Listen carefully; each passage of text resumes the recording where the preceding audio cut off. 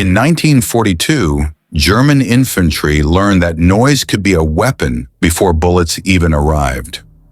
Across a hedgerow gap, a sound rose like cloth tearing, fast, metallic, impossible to count. Men called it a buzzsaw because it did not feel like shots, it felt like one continuous blade. But the MG42 was not magic, and it was not built for myth. It was built for a problem Germany could not ignore any longer. Germany needed a gun that could do what the MG34 did, but faster, cheaper, and tougher. The MG34 was brilliant and smooth, yet it demanded careful machining and hated dust and mud. By 1941, production strain and battlefield wear pushed engineers toward brutal simplification. The answer was stamped steel, spot welds, and designs that factories could produce in volume. At the center of that philosophy sat a 7.92 by 57 millimeter machine gun that could change roles quickly. On a bipod, it walked with riflemen and dominated short rushes, corners, and sudden openings. On a tripod, it became sustained fire, sweeping lanes and pinning units down for long minutes. The Germans called it a general-purpose machine gun, and that phrase explains everything. One weapon, multiple jobs, one squad built around its firepower. The MG42's cyclic rate, often around 1,200 rounds per minute or more, changed how time felt. A burst that lasted a second could throw a handful of rounds into the same dangerous space. Exposure became a gamble because the lane could be stitched faster than a man could react. For Allied soldiers, the first lesson was psychological. You do not trade shots with that sound. You crawl, you flatten, you wait for a pause. You learn to fear the waiting as much as the bullets because the lane stays poisoned. For German squads, the lesson was tactical. The machine gun is the squad's engine, not its accessory. Riflemen are not the main punch. They are security, scouts, and support for the gun team. When the MG42 opens up, the battlefield redraws itself around its beaten zone. You cannot cross a lane, stand in a doorway, or run a message without thinking of that cone. The gun does not just kill, it edits behavior, and behavior decides battles. This was not new in principle. World War I had already taught armies that machine guns rule open ground. What was new was how easily one gun could move between close fight and long control. That flexibility came from engineering choices that look plain until they meet pressure. The MG42's recoil-operated system with roller locking cycles extremely fast. It feeds from belts and works from a light bipod or the heavier Lafette tripod system. Its barrel can be changed quickly because high rate of fire turns barrels into consumables. A trained crew swaps a hot barrel in seconds, keeping the weapon alive during long engagements. Those features matter more than nicknames because they keep the gun present in the fight. Presence creates dominance, not one dramatic moment, but minute after minute of controlled space. Picture a farm lane in Normandy, a straight line between hedges like a narrow hallway. A German gunner sets the MG42 low, sights aligned, assistant feeding the belt and watching flanks. He does not need to see every target. He only needs to deny the lane and steal momentum. The first burst is short, a warning stitched into dirt, then a longer burst walks the line. Rounds snap into wood, earth, and stone, and the lane becomes a place nobody wants to breathe.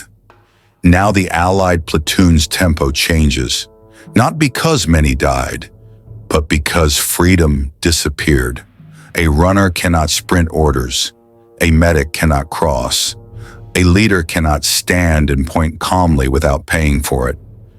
The gun has accomplished something strategic with something simple. It has stolen minutes, and minutes decide whether reinforcements arrive and artillery brackets. The MG42 fits German doctrine because doctrine treats fire superiority as the doorway to movement. You do not advance first and then shoot. You shoot first and then advance under your own noise. The gun's sound does not just frighten men, it coordinates them. It signals when to move, when to hold, and when the lane belongs to you. Yet speed carries costs that crews must manage with discipline. High cyclic rate eats ammunition brutally, belts vanish, and supply becomes part of the weapon.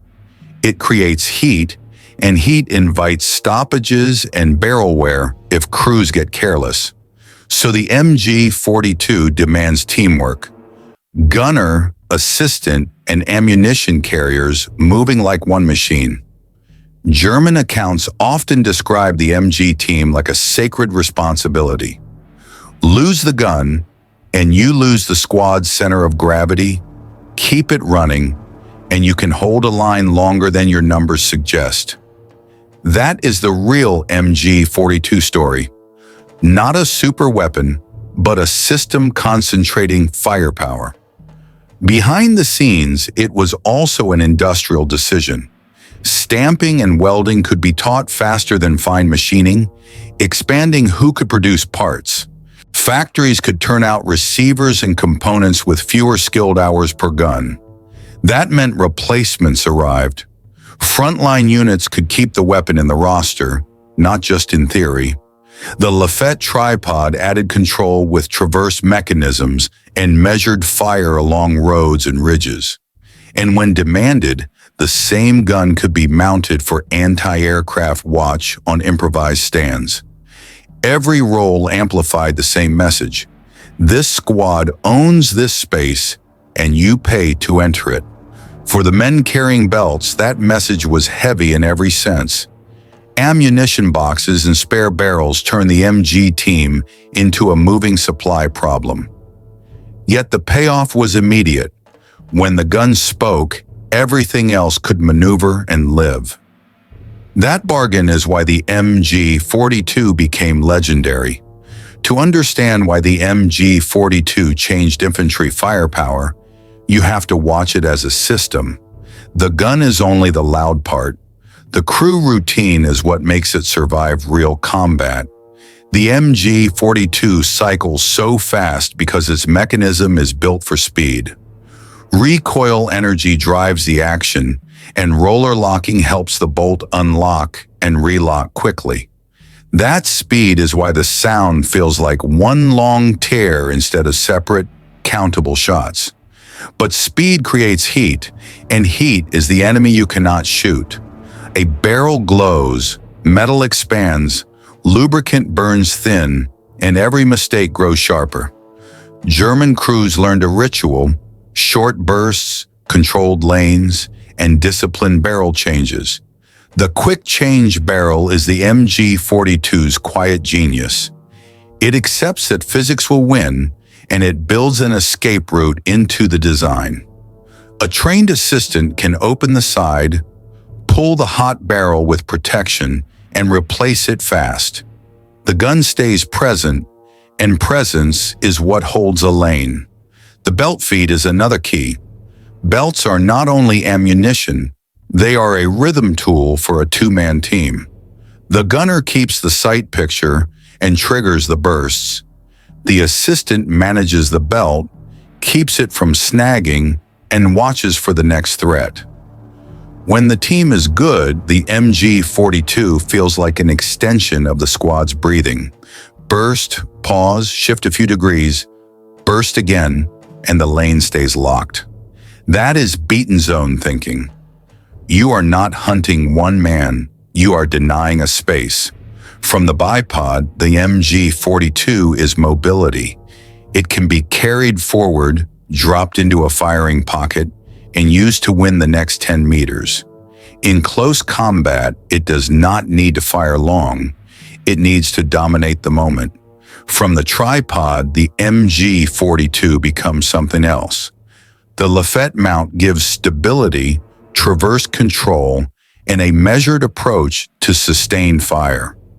Now the gun is not just suppressing, it is conducting a controlled sweep across a line.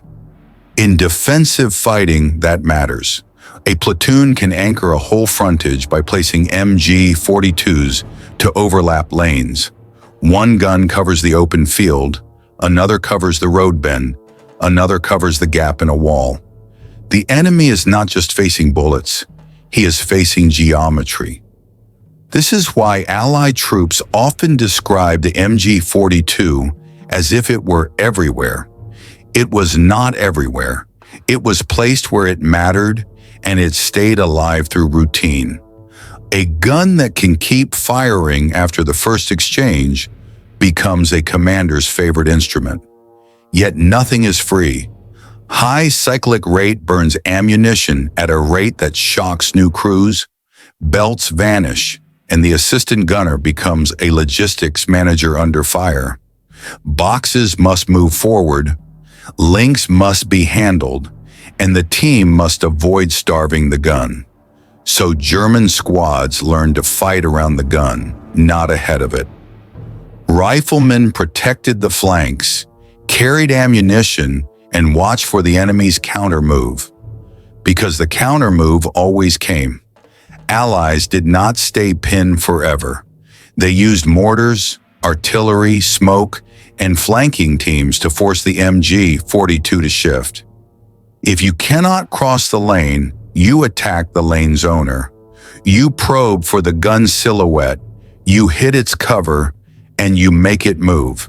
And movement is where the MG42 reveals its human limit.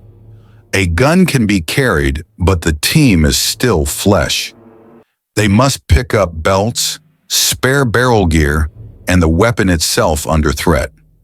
When they relocate, they risk exposure, and the enemy looks for that moment. So the best MG42 crews learned another rule. Do not fire until you can win a decision. If you fire too early, you reveal yourself before the enemy commits. If you fire too late, you lose the lane. The timing is not mechanical, it is psychological. In that timing, the MG42 becomes more than firepower. It becomes leadership because it sets the tempo for everyone around it. When the gun is steady, the squad feels safe enough to move. When the gun is silent, the squad feels blind. This is how it changed infantry firepower. Not by inventing the machine gun, but by making fire superiority portable, fast, and repeatable. It turned the squad into a small combined system. Gun, crew, supply, and geometry. And once you see it that way, you understand why the Buzzsaw nickname spread so far. By late war, the MG42 had done something rare. It had forced opponents to respect infantry firepower like a fixed law of physics. Allied troops adapted, not with one trick, but with layered answers. Smoke to break visibility, mortars and artillery to punish the position, flanking teams to attack the crew instead of the lane. They learned to read the battlefield the way MG crews read it. Where does the lane naturally form? Which hedge gap funnels movement? Which street corridor looks like a hallway made of rubble? They learned to avoid giving the MG42 what it wants most, a straight, predictable approach, a line of men rising at the same time, a leader standing tall to make speed happen. Instead, they moved low, moved in small packets, and used fire to buy movement. They tried to make the gun waste ammunition, forcing pauses and starving its dominance. They watched for barrel change moments and relocation moments because those are human moments, and that is the deeper truth. The MG42 is terrifying because it is fast, but it still needs people. People who carry belts, people who manage heat, People who keep the gun fed while being hunted by mortars and snipers. So the weapons legend is really a story about systems, a gun designed for production realities, a doctrine built around fire superiority, a crew routine that turns metal into control, and an enemy forced to fight the geometry of lanes. That is why the MG42 changed infantry firepower. It compressed time.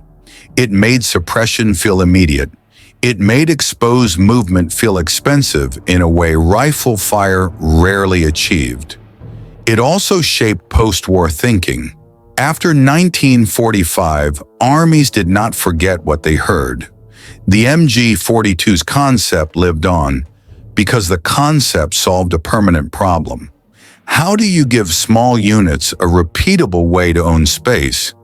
The German MG3 would later inherit much of that lineage, adapted for new ammunition and standards. Other nations took the lesson in their own directions, but the core remained. A general-purpose machine gun that can move, sustain fire, and anchor tactics is a force multiplier. Yet the MG42 story is not only about hardware. It is about what infantry fear and what infantry need. Infantry fear the lane they cannot cross. Infantry need the weapon that lets them cross it. So when you hear the Buzzsaw nickname, remember what it points to. Not just rate of fire, but the power to set the tempo, to decide when men can stand, when they must crawl, and when the attack must pause. The MG42 did not win the war for Germany. No weapon could, because war is supply, air power, armor, and time. But the MG42 gave German squads a way to be dangerous even when everything else was shrinking. It turned the machine gun into the center of small unit reality. It made the battlefield feel like lanes and decisions, not just terrain and bravery. And it taught every army watching that infantry firepower is not a statistic. It is control, measured in seconds and meters, earned by discipline and routine. Thanks for watching. If you want more WWII weapons and engineering stories like this, please subscribe. The subscribe link is in the description.